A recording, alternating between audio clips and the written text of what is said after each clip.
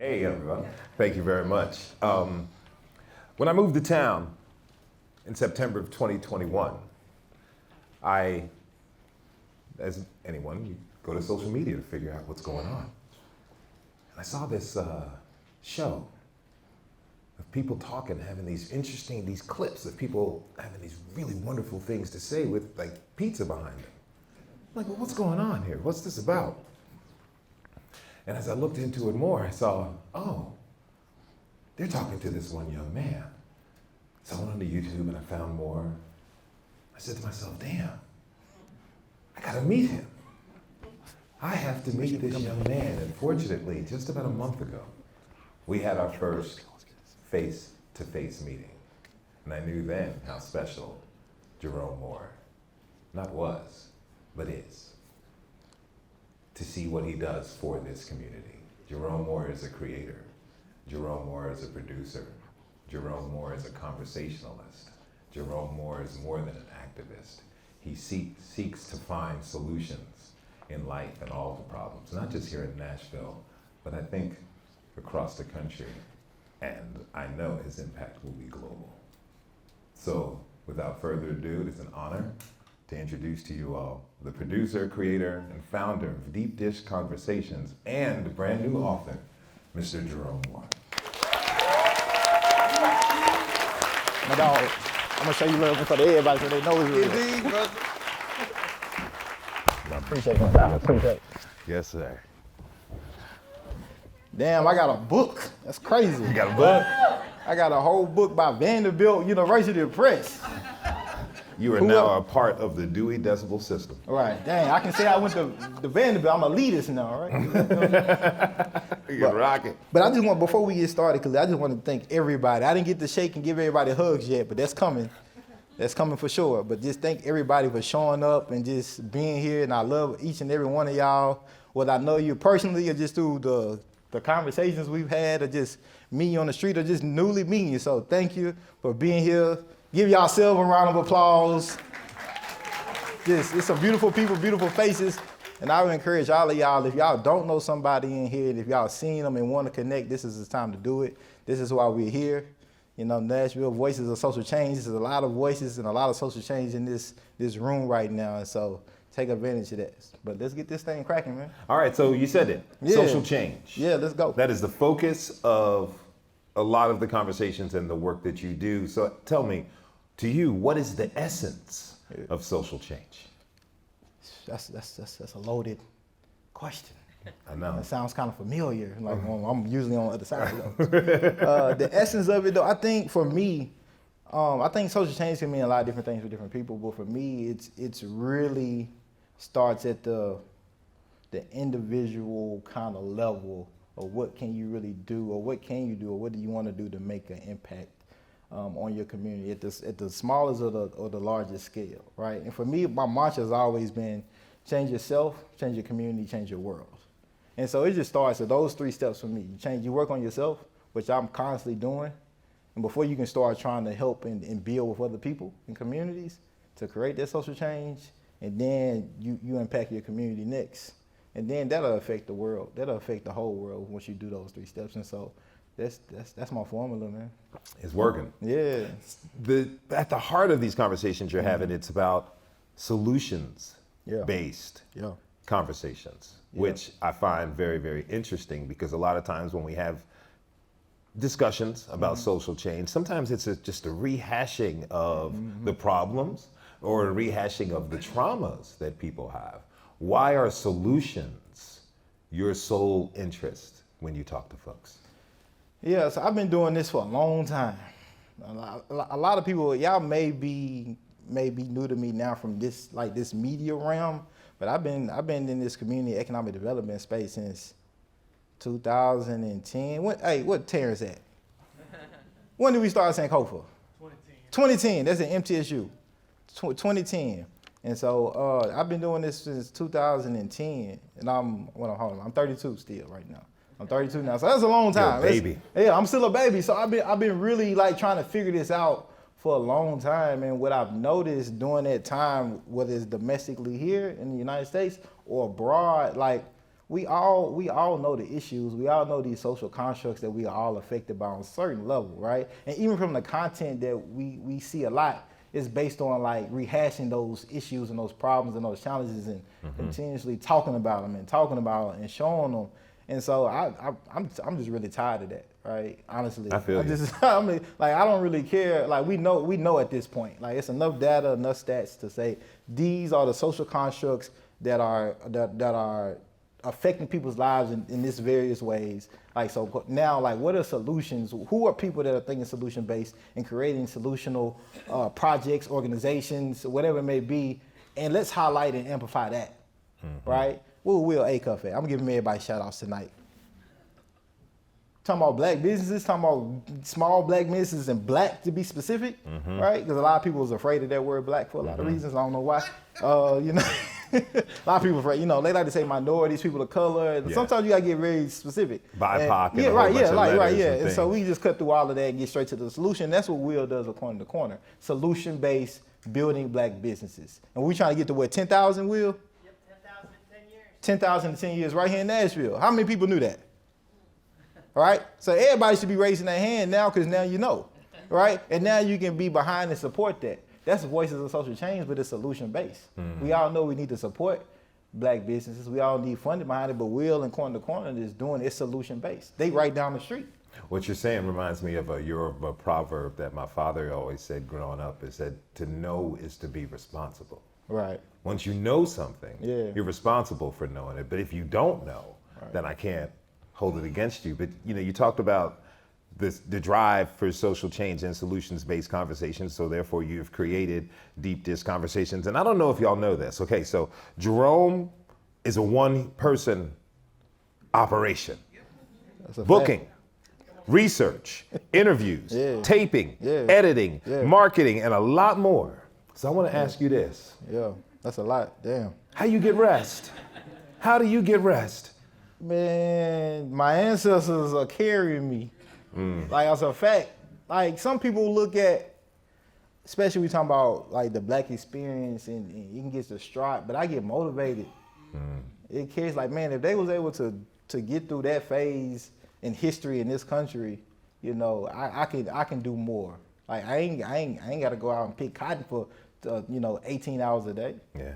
You know, that's work. That's labor. That's labor. You know, if I can put together some videos, some interviews, and talking, I'll take that any day. You know, but like that's what keeps me going and motivated, and I think it's just in me.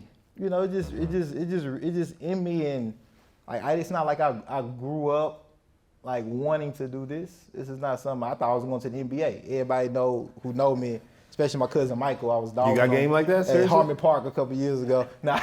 You a point guard? Do I got game like guard? that? Do I got, man, somebody better give me a hell We just yeah. gonna have to go to the Y. Who I didn't dominate in here? I need some backup because We just gonna have to go to for him the to Y. even ask me that question is kind of disrespectful. I'm saying. That's kind of disrespectful. I'm old school. I know y'all young kids. Y'all got flashy moves, but y'all can't play defense. Man, look. For him to, what my daddy at? Daddy, hey. He got game. I got to go to parentals when your parentals know. All right, so a little bit in life, you know, you spent a lot of time overseas. Yeah, that's a fact. Doing work in the Peace Corps. Yeah. What did you learn from that experience living outside of the United States of America for a while? Yeah.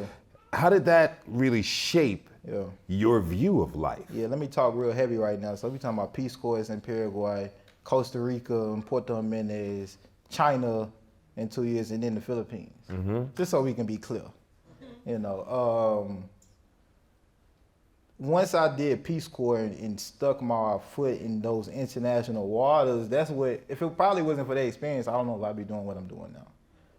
Because it just gave me a whole different lens and perspective that I can do this outside the United States. And even maybe in places where my blackness is probably even more appreciated or valued, or I have at least a better mental health and not have to worry about my black body in the same type of way that I do here in America. And so being able to experience that and like, wow, like that was just amazing to me. And from that moment on, you know, people know like I was here and then I was gone. I was out of here. And so yeah, from that experience, it just let me know that one, we all going through some of the same issues, maybe on various levels, right? But we all facing it. And then there's community changes everywhere trying to impact and do something valuable and solution based in that community. But it just let me know this like it's a big world out here and it's a lot of things, and it allowed me to expand my perspective on not only myself but other people and what other people knew about me or didn't know about me. Talk to me about, you said how it aided your mental health being out there. I've got siblings and family members who no longer live in the United States. And I know people who visited other places for a couple weeks, but it's something when you live somewhere else. They say it's almost a relief because you realize some of the, let's say, the mental shackles of Black identity in the United States. Not only the ones that society throws upon you, but in many cases, the ones that we thrust upon ourselves. You were able to free yourself and then think freely and be just Jerome Moore on the planet, not Jerome Moore, African-American man. Yeah. Talk to me about that. Yeah, no, it's liberating in a lot of ways. Because when you go to these other places and it's kind of like cheating a little bit, and it's kind of like cheating a little bit because it's feel like you're running away from something, especially if you know you can have an impact. So like I could have easily stayed abroad and like lived my best life, you know, the best of the bestest life. I had like toucans in my backyard, coconuts falling down and stuff like that. I gave all it up.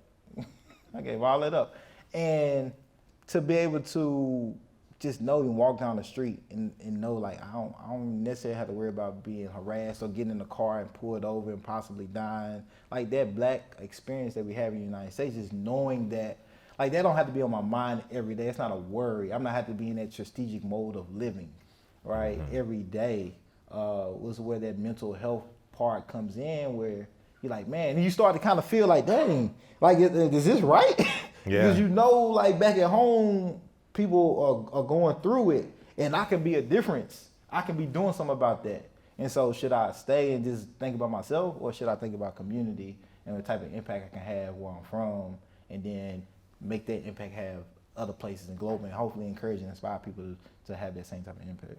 Now, you were born, raised? That's a fact. Here in Nashville.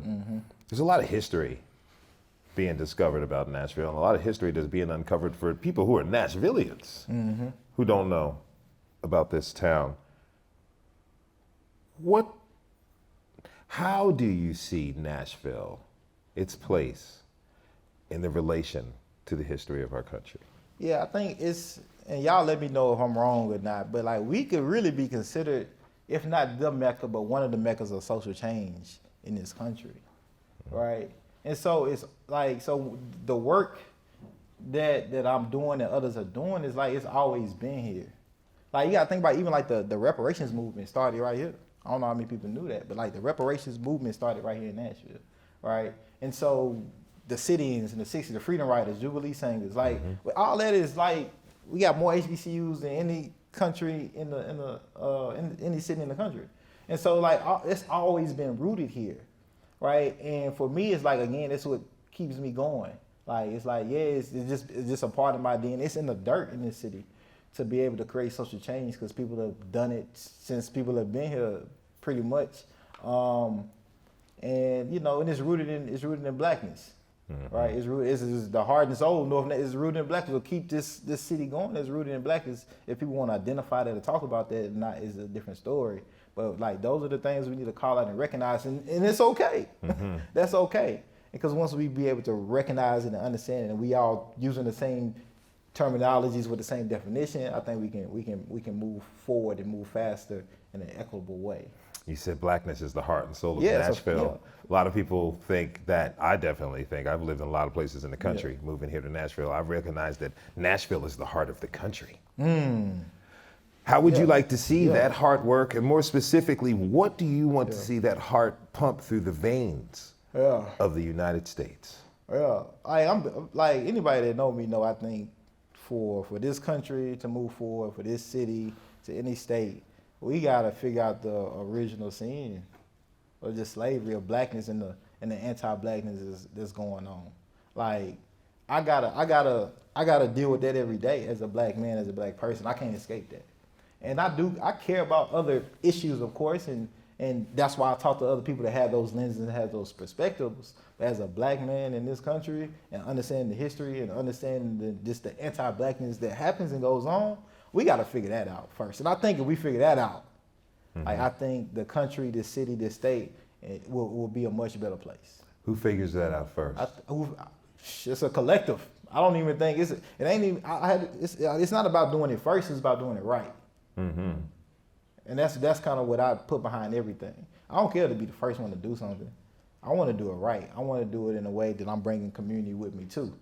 As long as we have all the understanding of the path, and we don't have to agree on everything, but like I think it's pretty evident that something we all can agree on and put a stamp on is like we have a serious anti-blackness problem in this country and in this city. And so let's start there. And that's what I'm bringing with me in any room that I'm going into. And people know that, and I ain't gotta hide that. But some people, you know, we know people conform. We know people like blackness in itself is uncomfortable for some people, even for some black people to be black. Mm-hmm. But like, hopefully, you know, me letting my light shine will liberate other people to let theirs shine in whatever which way that is.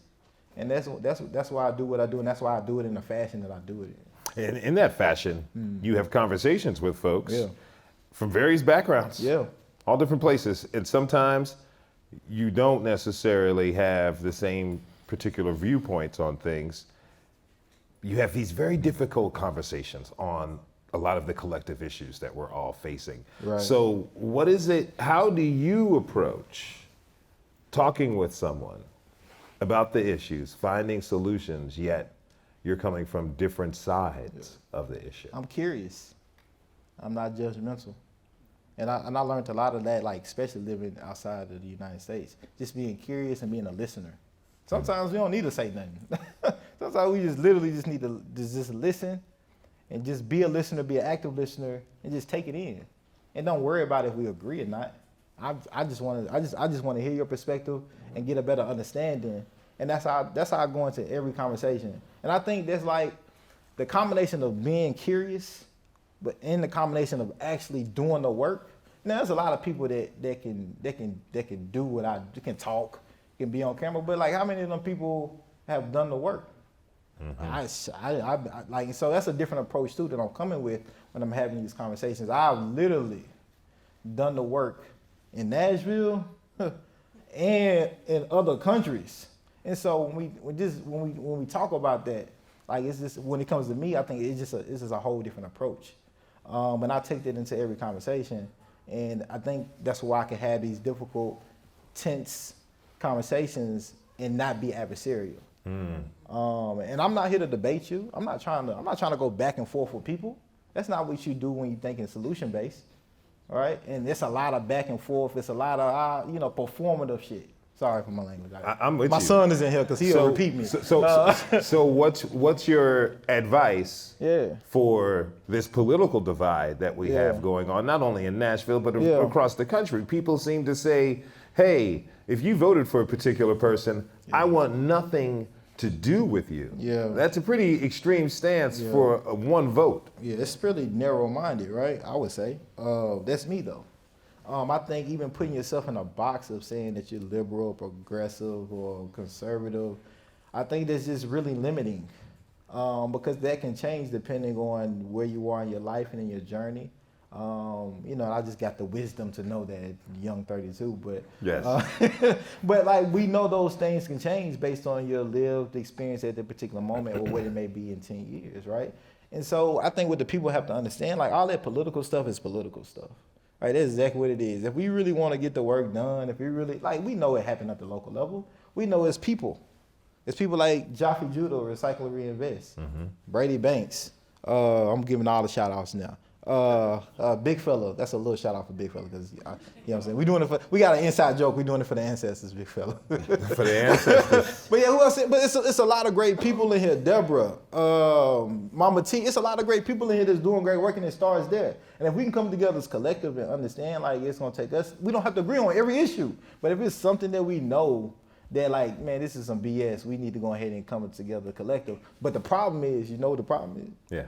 I'm gonna step on some people's feet right now.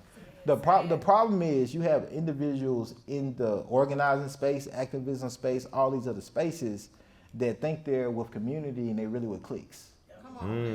Expound on that. Expound on that. Yeah, that's like this is what community look like. I don't agree with everybody's politics in here.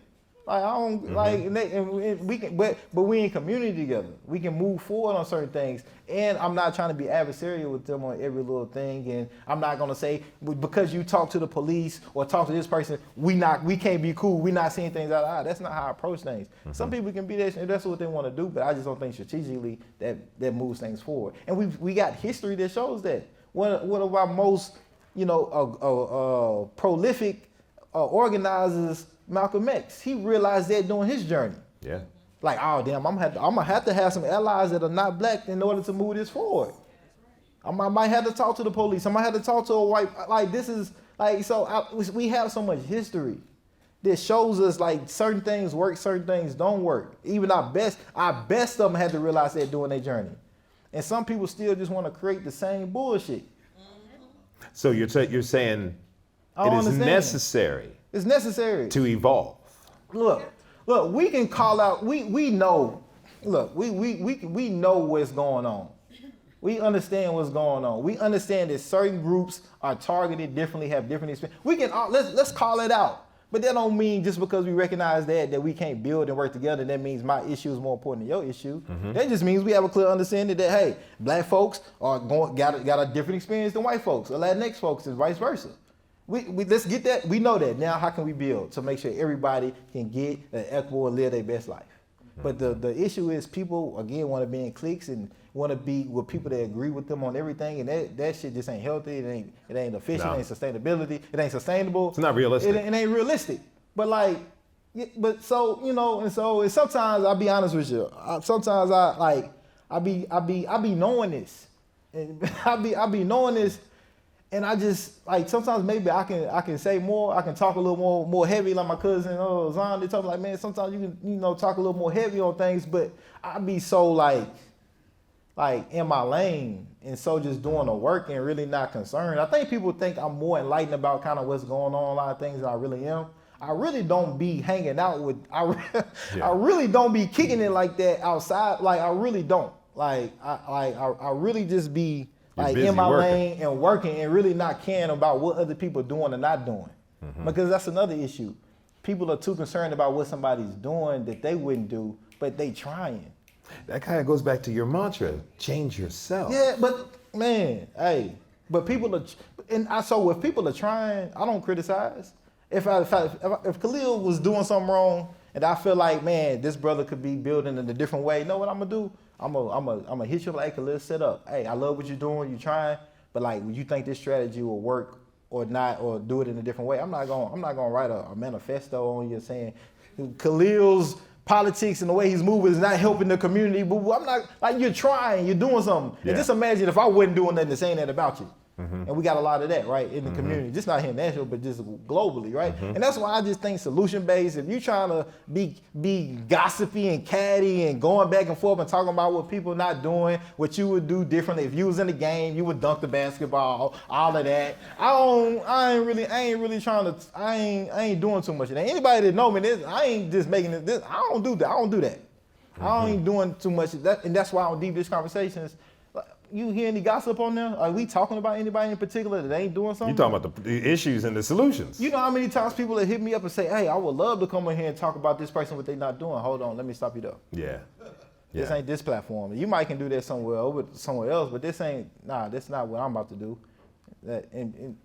And so you gotta know yourself and know your own morality and know what you about and what you trying to do. If you're just trying to get clicks and headlines, maybe that's for you. And maybe that's what I'm trying to build. Well, that kind of goes into this next question about corporatized celebrity activism. Yeah.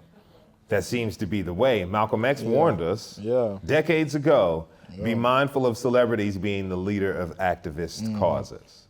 They have a lot of interests. They have a lot to lose. Therefore, they have a lot to try to maintain and keep, and they'll say what they have to say. Yeah. We live in a world now, particularly with social media, we got a lot of people, particularly the pandemic, a whole lot of activists popped up. Social media Activists popped up in collaboration with corporate interests who are now being activists. You know, you turn on the television, whole bunch of corporations are all about this movement and whatnot and telling everybody that their lives matter and that they're important and that they're royalty as long as they keep buying from them. Yeah. What do you think about all that? Yeah, we all know that's some bullshit too. We all like, and that's the thing, like it's gonna always do some goofy shit. Like it's just goofy.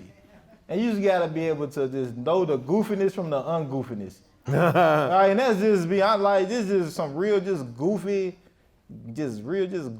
stuff out here what people doing with community. And again, like, if you're trying to get clicks, if you're trying to be lit, if you're trying to be a celebrity, and you know, if that's what you're trying to do, I guess that's cool, but the real is always gonna separate themselves from the fake.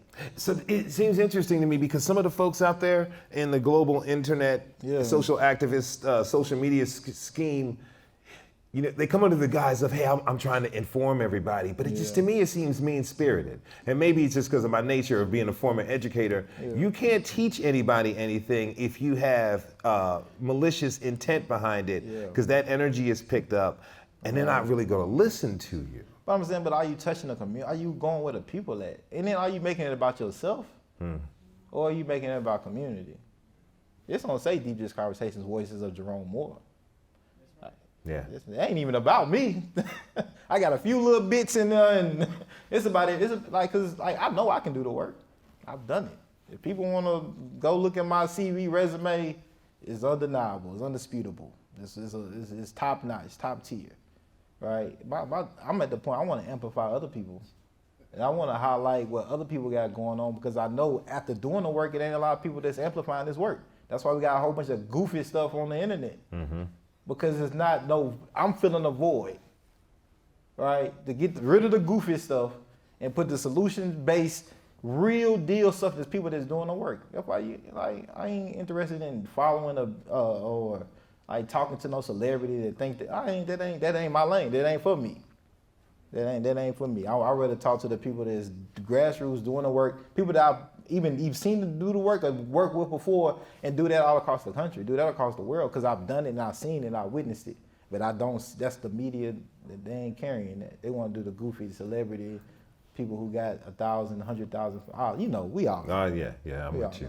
Yeah. Has anyone ever come up to you and said, Jerome, I love what you're doing. I want to be active. I want to make that change in my community, but I don't know how. I don't know where to start.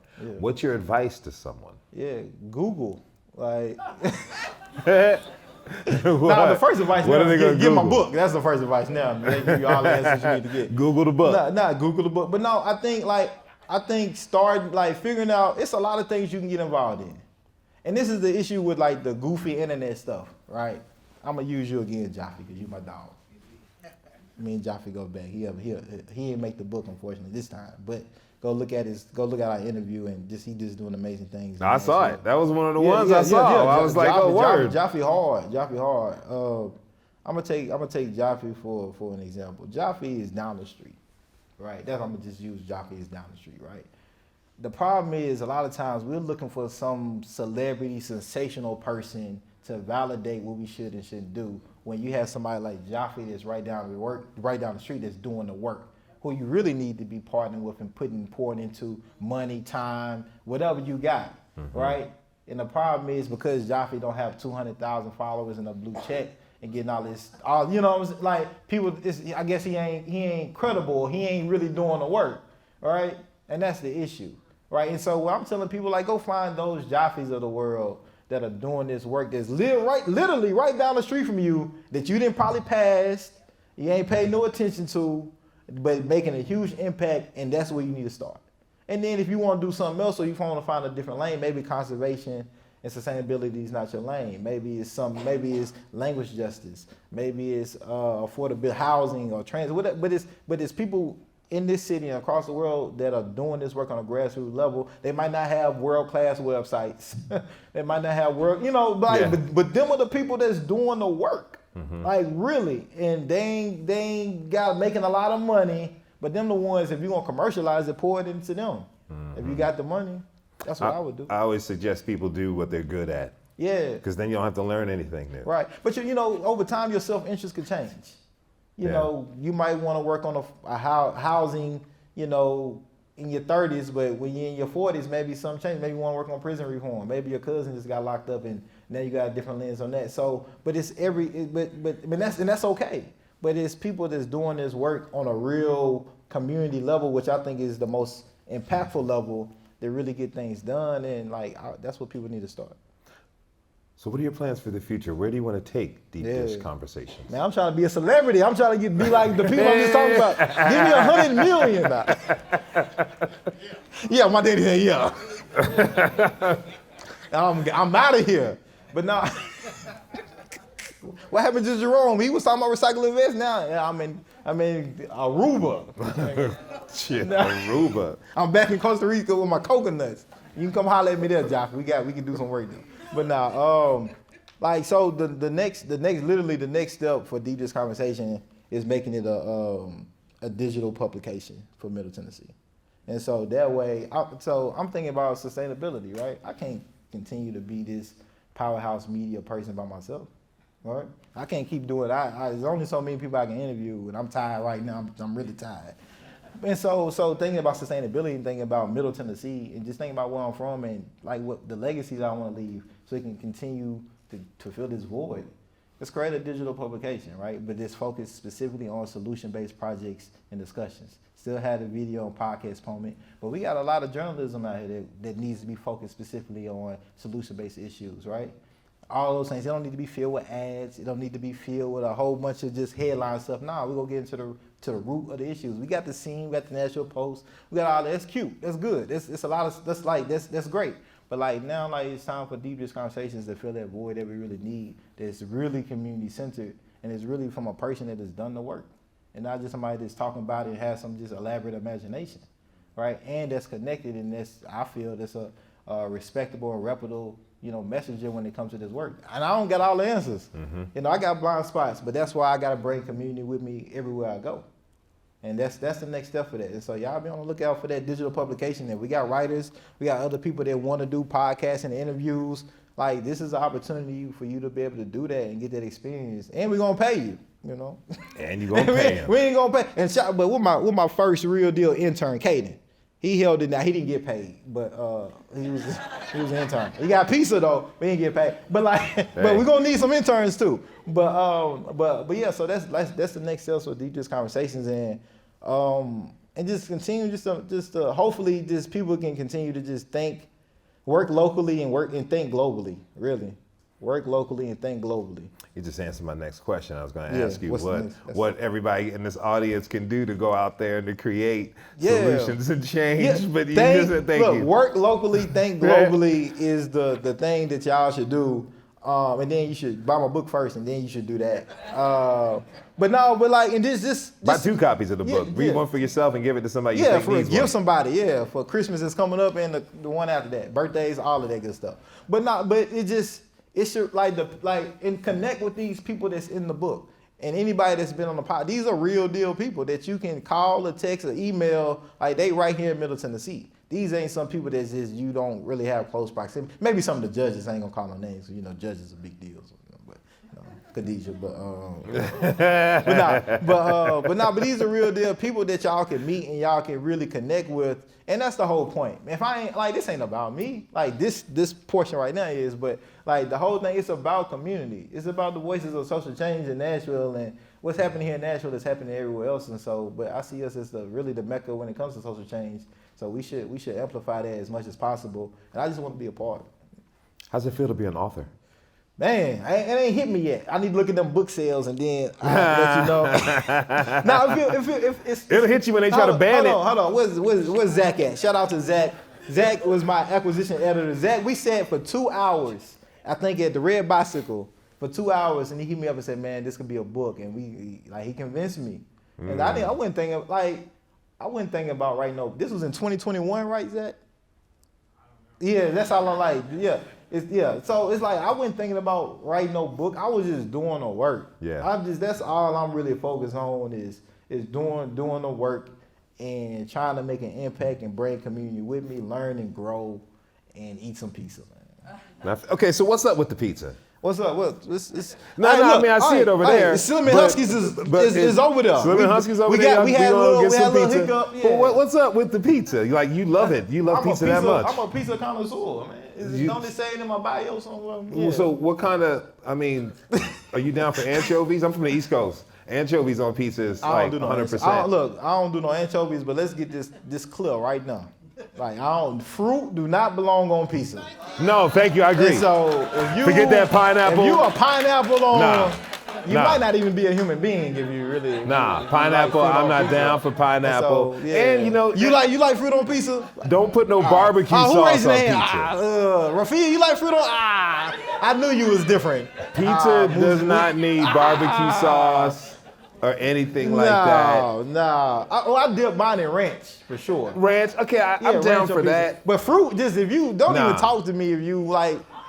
I will say though, when I lived in New Mexico, one of my best friends. So you gonna flick me off? Okay. One of my good homies in New Mexico. He has a real like high class pizza spot, and they had like when you go to the bar and they got those really nice cherries for old fashions. They had cherries like that on a pizza. With like prosciutto and arugula, it was the bomb. I gotta say. Man, look, hey, Zara, what Papa John's got the $7.99 carry out? Nigga, hey. Yeah, because this pizza costs like $27. One time it was $7.99. That's all I need. All them fans and stuff. Papa John's $7.99. I'm every day. Okay, so you can't beat it. This is like they telling you basically just come get the pizza. All right, I gotta ask you this, man. You just did something on Wednesday night with the Equity Alliance, that's a fact. where you moderated the mayoral forum. Yeah, we got a disruptor from that forum. We have an election coming up. We got an election coming up. For the mayor. Yeah. And there'll be more elections, and a lot of people are looking for young, brilliant, talented Nashvillians. Yeah. To run for office. Well, let me go ahead and clear the air right now. Yes. Yeah. I have no ambition, no politics. I don't, that's not the lane that I'm trying to get into right now. And so if you expecting me to do that I don't think I would, Cause you want me to give you a prime example on why? Yeah, tell me. Okay, check this out. The Tennessee 3, right? Now, if they would have expelled me from the Senate, I would have put out a PSA to say, if y'all plan on expelling me, just know there's gonna probably be like 100 black men out front. We're gonna tear some shit up. Like the FOI. Like that would have been real deal. That would have been at any moment.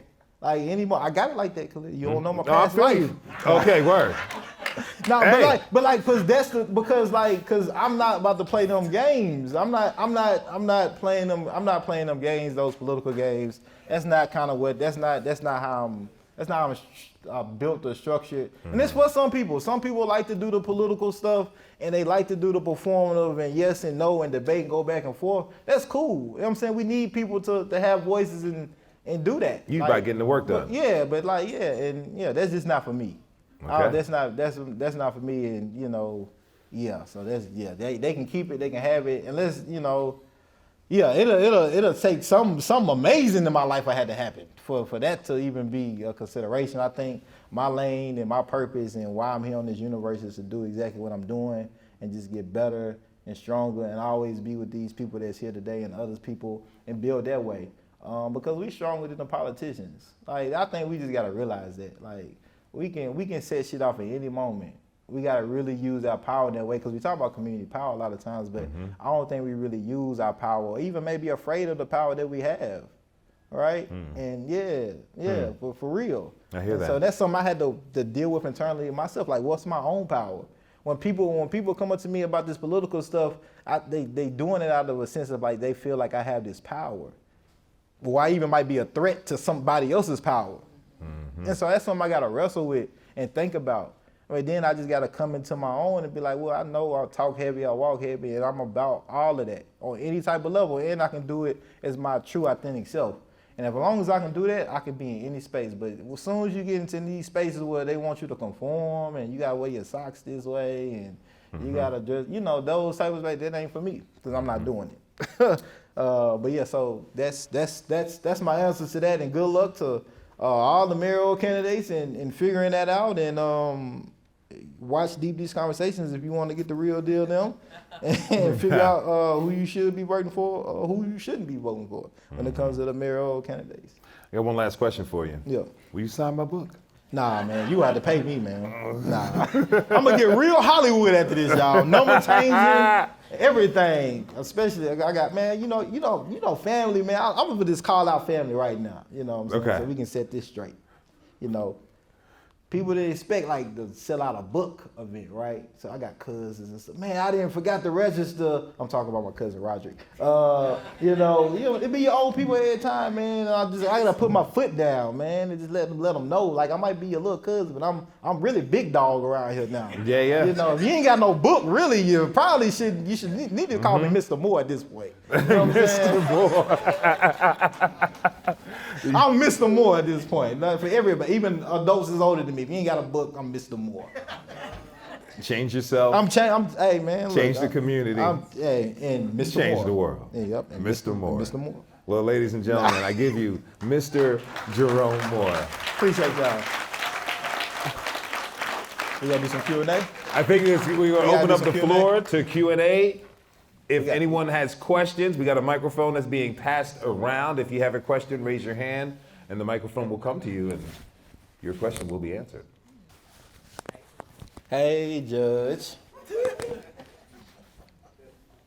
You do not want to appear if you in her court.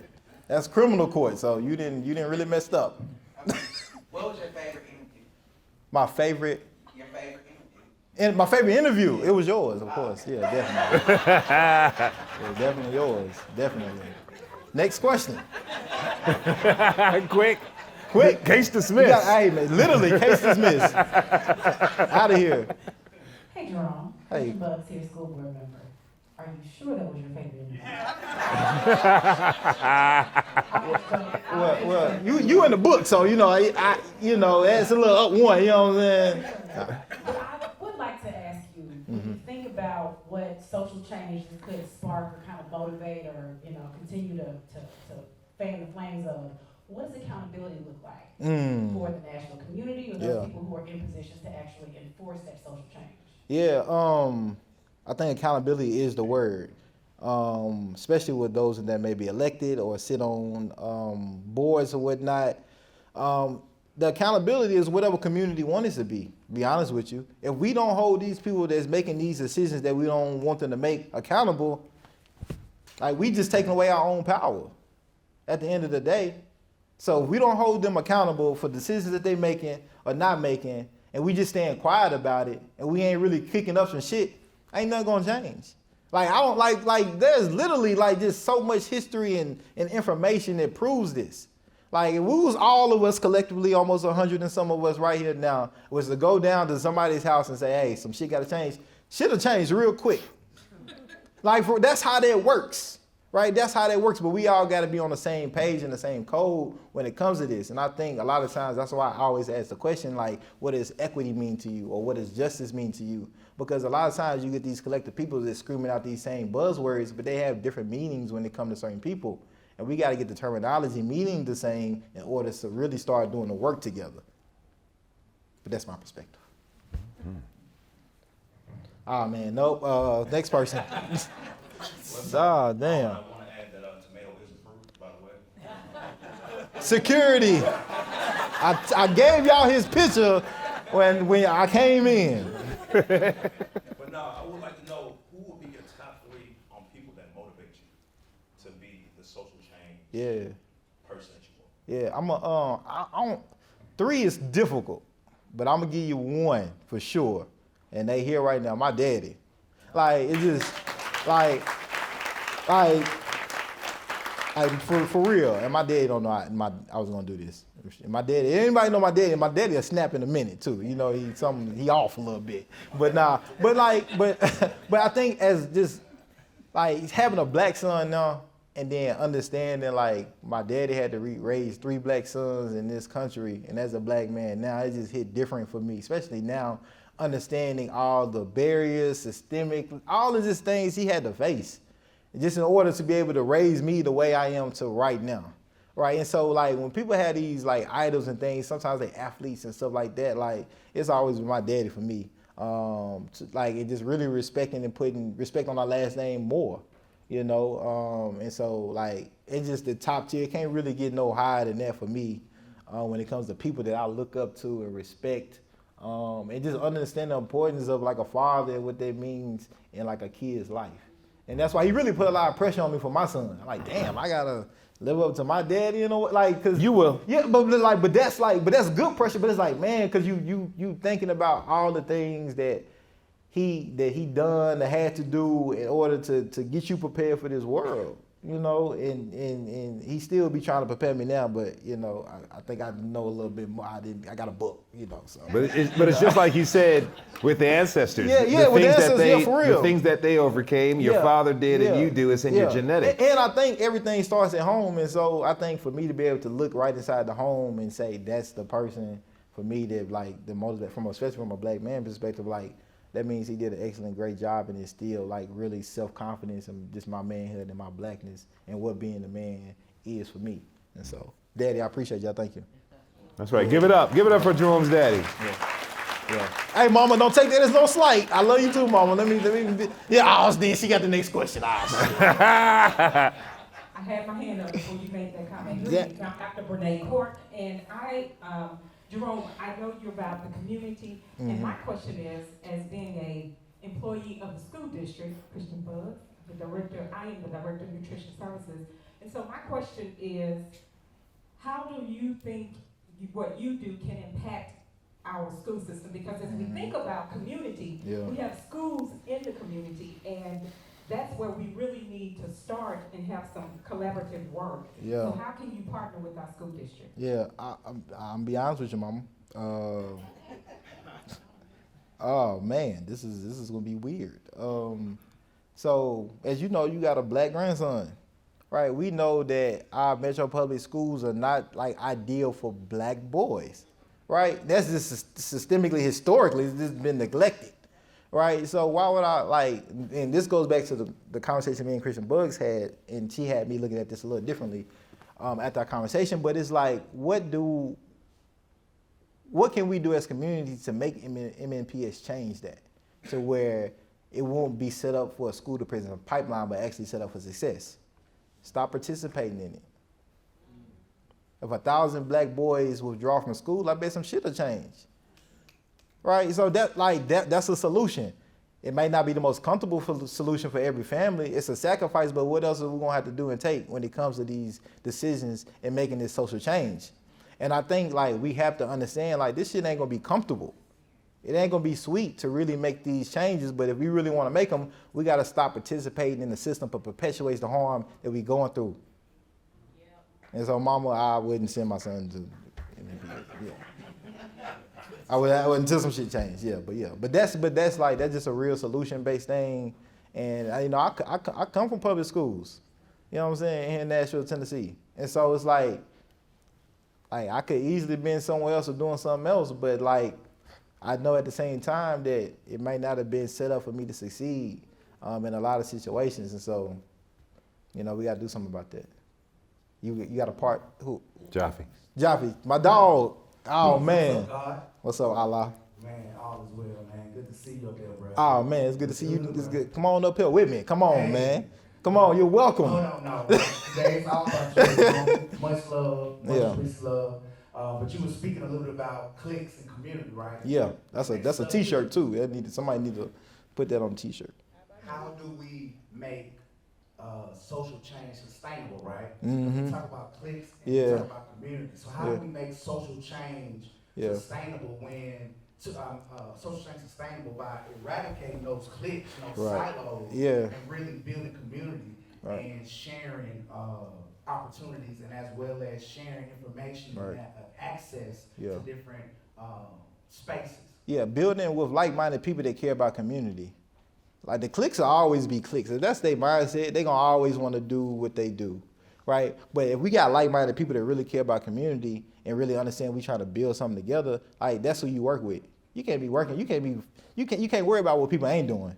You know, you gotta be worried about Jaffe trying to build. I'm trying to build. Let's get together. Oh, we know Big Fella trying to build. Let's get the Khalil trying to build. Let's do LT trying to build. Let's build. And then the cliques will realize like, ah, shit, like, man, we might need to figure something else. You know, I think that's how we make it sustainable. As long as we keep doing what we're doing, it's gonna sustain. Because I don't think you ever get away from that. That really I think is a minority. They just loud, right? It's just a loud minority of just goofy shit, right? And so I just think we just gotta keep doing what you're doing and keep doing what you're doing. And as long as me and you building, that's sustainable. Because we're gonna pass that on, and that's gonna be grounded in the next generation and saying, oh, this is how they did it, and then it'll show success. You know what I'm saying?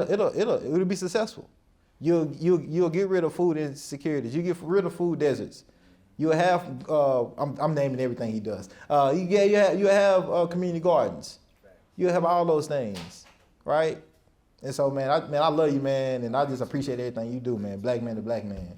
That's a fact. So everybody just tap in with Jaffe if you ain't already tapped into him. I'm talking about a person that like if I had to rank, like just he's at the top for me personally. We go back to like 2017, something like that. And you might have just been, you know what I'm saying, just came back home. Like, I ain't gonna get all your business like that, but yeah, you know what I'm saying? Yeah, but. All right, we're gonna do one or two more questions, is that okay? Yeah, I ain't in no rush. Hey, Jerome. Hey, Ellis, what's going on? So, you know, I work in the nonprofit and early literacy space here in Nashville. We are home to how many nonprofits? 3,000 plus now? How are we going to create this social change that we're talking about through these nonprofits when we know that they are deeply systemically flawed here in Nashville, and that they're not safe places for people of color? So how do we continue to do that disruption of the social change when that is such a big pocket of what we do here? Yeah, well, Mama Donna at? Was she still here? Entrepreneur Center, I chamber everything, right? So you gonna have to find some white allies. That's just what, like, when it comes, like, in this, but like, I just gave you one, right? I just gave you a oop right there. Because like, that's just, this is Nashville. This is a majority white city. It's just something, is the system, it's hard to beat the system. The system, damn near undefeated. You know what I'm saying? Yeah, it's a weird It's just a weird, but the thing is like we gotta just think positive. Like I think we talked about, like I'm just an optimistic, positive that I really don't care about the negative stuff. That's just gonna be there, and we gotta do it in spite of, and that's our history, specifically as black people, in spite of, right? And so I think that's how I take every approach of, we know like the system, but as long as we can as long as we know it's a system and it's not like an individual person, because sometimes that can also be confusing, like, oh, just because he or she may be white or not a person of color, like they not automatically like the opposition. You know what I'm saying? It's like a system. We know there's black people that's a part of systems that's perpetuate harm against black people. They can get the same work. They can get the same. They need to be called out on that too. And so that's just my thought on it. You gotta build the allies that's in these systems that understand, like, yeah, these things are not equitable, but I got you though, and be able to use that to build and then connect with other people. And that's what I've been able to do. And Mama D was one of them people that 21, 22, I'm at the chamber looking real fresh and new, like what's going on. And she was able to help and guide me to some other things. I will add this. Yeah. Living in Los Angeles, California for a while, and Albuquerque, New Mexico, the nonprofit system out there are equally fucked up. And I believe that we have come to rely upon nonprofits as some sort of savior, but at the end of the day, it's a non-for-profit business. That word at the end still comes in. And so it's time to kind of use these systems for what we can use them for, but evolve and create new systems, create new avenues of individual community networks that extend and exist outside of those to fill the holes and the gaps and the problems that we have. And that's a national phenomenon, I think. Well, global. You look at how fucked up the Red Cross is. All right. We've got one more question, and then He got me loose up here. I love this. I can't say this on the show. This is great. If you do want to have your book Deep Dish Conversations, man. You up here, and Jerome will stay seated, and you can just hand him, and you'll have a little sticky note with your name. Do not attempt to step on the stage, everybody. Just reach out for You'll sign mine first. You up here, all right? I got a pen. You got a pen? You got one of them Sharpies? You got one of them author Sharpies? I got something. Oh, my dog T. What's going on, man? What's up, brother? Congratulations, first of all. Thank first you. And foremost, I'm just happy to be here with you and celebrate this with you, man. I'm proud of you. I love you, and it's good to see you in this space at this moment. I look good on him. Yeah, I'm flying. Shit, I'm just different up here when you name it. Nah. So my question, speaking on systematic, you were just talking about how things are systematic. It's not necessarily black and white on an individual level, it's the system.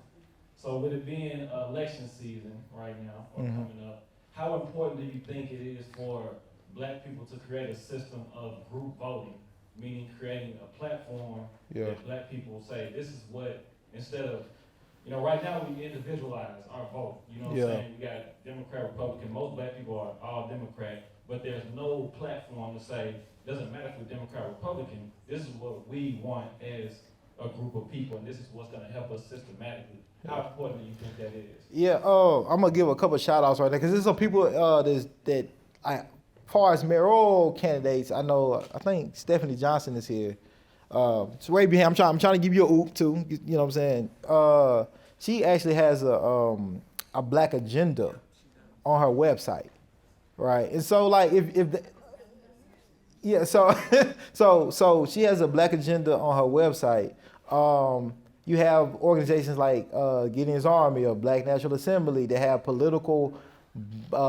black political power moving organizations that focus specifically on black politics, right? But like we gotta understand like voting, right? Voting is about resources, right? And if you go back to when we was able to allow and permitted to vote, like much hasn't changed for the black group collectively. We talking about housing, talking about more incarceration, education has went up, but we ain't really made no more money. We don't own no more land. So like, that's what I like to focus on when you're talking about voting, talking about social and economic tangibles, right? And what can be done exclusively for black people, like reparations, right? And that's something like every candidate should be speaking on something like that, in my opinion. Because if we can exclusively be harmed in a particular way, we need to exclusively be remedied in an exclusive way. That's me though. That's my perspective. Yeah, and so we had to figure out a code and stick to it and identify organizations that are building black political plans. But it's tough, man, because it takes money too. So it's like, do you build the economics first and then pour the economics to the politics? Because we know that's what it's about. Usually who wins these elections a lot of times is who got the most money. Yep. And so we got to look at it from all these strategic ways and figure out like which one is really the best approach. And a lot of times in these things, we know it's always the minority that start off doing these things and then the majority kind of hop on. But there's some organizations out here that have started that talking, but a lot of them, don't really have that economic power to create that political power and influence. And that's what it comes down to. That's just from my experience in understanding politics and understanding like kind of economics. Did I answer your question, T? Yeah. Okay, cool. Yeah. Jerome Moore, everyone. Thank you. Appreciate y'all. We appreciate you. Appreciate you. My man. This is Nashville plus Deep Dish. This is amazing, man.